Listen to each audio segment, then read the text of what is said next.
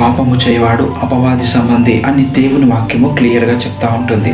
అయితే మనలో చాలామందికి ఉన్న అపోహ ఏంటంటే, నేను ప్రతిరోజు ప్రార్థన చేసుకుంటున్నాను, ప్రతిరోజు బైబిల్ చదువుతున్నాను, మందిరానికి క్రమం తప్పకుండా వెళ్తున్నాను, నేను పాపిని కాను, నాలో ఎటువంటి పాపము లేదు అని చాలామంది అపోహలో ఉన్నారు. దేవుని వాక్యం ఏమని సెలవిస్తూ ఉంటుందంటే, ఆజ్ఞ అతిక్రమమే పాపము. అంటే చూడండి, దేవుని ఆజ్ఞను నువ్వు ఎప్పుడైతే అతిక్రమిస్తావో అదే పాపము. ఫర్ ఎగ్జాంపుల్, మీరు మీ శత్రువులను ప్రేమించుడి అని వాక్యంలో రాయబడి ఉంటుంది.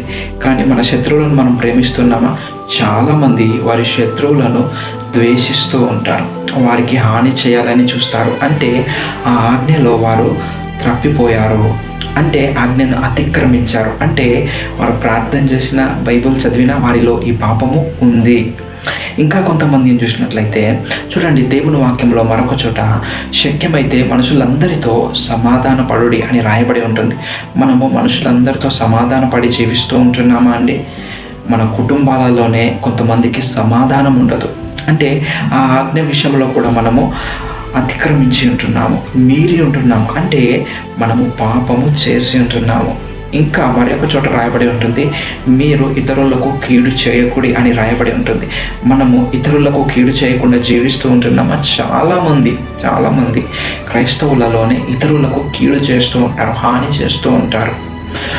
వాళ్ళ ముందు ఎవరైనా ఎదిగితే వారిని ఓర్వలేకుండా జీవిస్తూ ఉంటారు. అంటే ఆ ఆజ్ఞ విషయంలో వారు అతిక్రమించి ఉన్నారు, మీరి ఉన్నారు, అంటే వారిలో పాపము ఉంది. ఈ మాట నేను ఎందుకు చెప్తున్నానంటే, చాలామంది ఏమనుకుంటారంటే, ఏదో వ్యభిచారము చేస్తేనో, దొంగతనం చేస్తేనో, హత్య చేస్తేనో, మద్యము తాగితేనో మరి ఇవి మాత్రమే పాపము అని ఆ సర్కిల్లో ఉన్నారు. కానీ నిజానికి పాపము అంటే ఆజ్ఞను అతిక్రమించుటయే పాపము.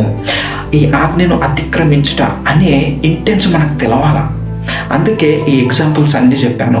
నీ శత్రువుని ప్రేమించకపోయినా పాపమే, నీకు మేలు చేయుట తెలిసి ఆ మేలు చేయకుండా కాముగా ఉన్నా పాపమే, ఇతరులకు కీడు చేసినా పాపమే, సమాధానము లేకుండా ఇతరులతో నువ్వు జీవించినా పాపమే, ఇతరులను కనికరించకుండా ఉన్నా పాపమే. ఇలా చాలా ఉన్నాయండి. నేను కొన్ని చెప్పాను, ఇంకా చాలా ఉన్నాయి. ఎందుకు ఇవన్నీ చెప్పానంటే, ఆజ్ఞ అతిక్రమమే పాపము అనే పదంలో ఉన్న ఇంటెన్స్, తీవ్రత మనకు అర్థం కావాలని ఈ మాటలు చెప్పాను. ఎందుకంటే మనం అంత్య దినాలలో జీవిస్తూ ఉంటున్నాము. ఇన్ని విషయాలలో తప్పిపోయి ఉంటే మనం ప్రభు రాకడలో ఎత్తపడతామా? కాబట్టి మనం ఎక్కడెక్కడ తప్పిపోయామో అక్కడ సరి చేయబడతాము. ఆమేన్.